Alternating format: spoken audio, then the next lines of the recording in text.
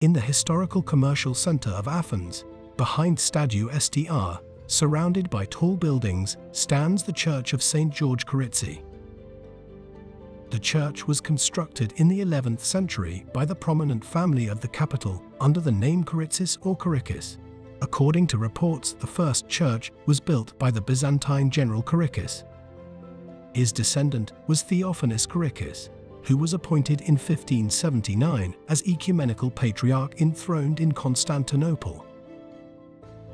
The church, being a reference point of the city of Athens, was selected on the 25th of January 1833 by approximately 500 Athenians, who assembled there and selected, after a tumultuous session, representatives for the Council of Elders, the Demogerontia, who went to Nafplion to pay their respects to King Otto.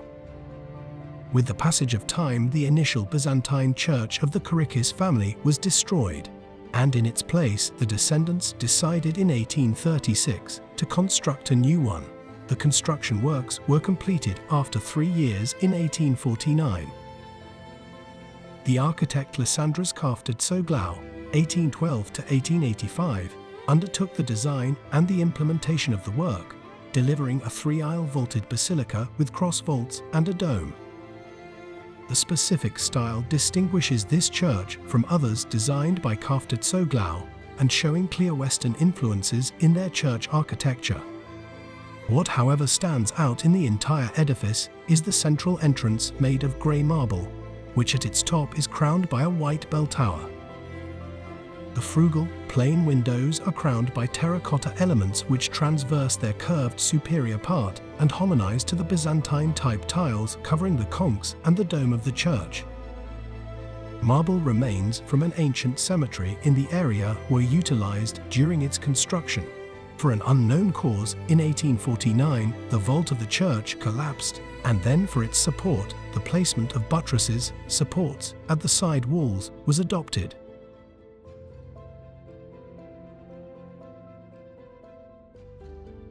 The visitor upon entry in the main church is impressed by the wooden carved templon of 1895 and the bishop's throne of 1901, both works by Ioannis Maniatis.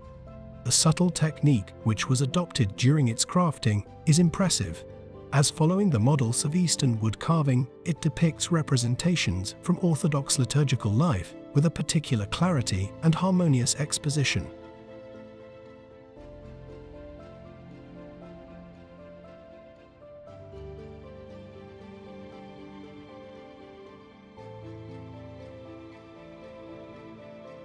The icons of the 4 evangelists with their symbols on the lunettes of the Catholicon originating from the Tinian icon painter Dimas Georgantas, who studied at the Athens School of Fine Arts, with Nikephoros Lytras as teacher, and subsequently at the Munich Academy with Nikolaos Gysis, overwhelmed with their expressivity.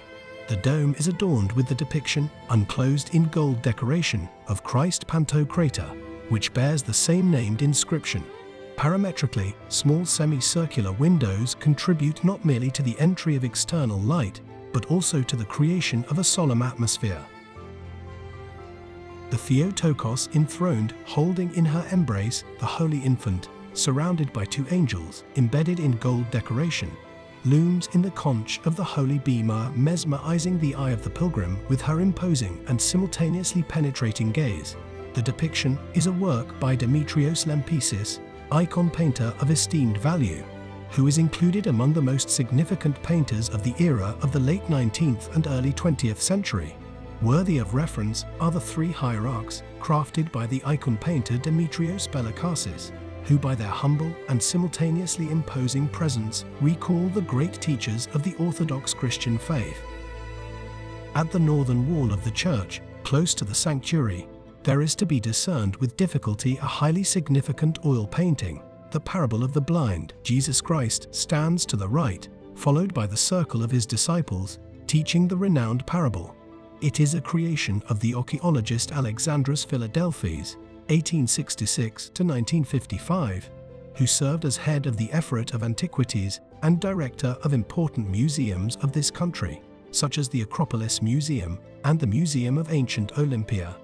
And moreover, he was the founder of the museums of Sicyon and Nicopolis. The depiction in painting of the parable contains Western-style components, which constitute borrowed components for the author from his studies in Germany.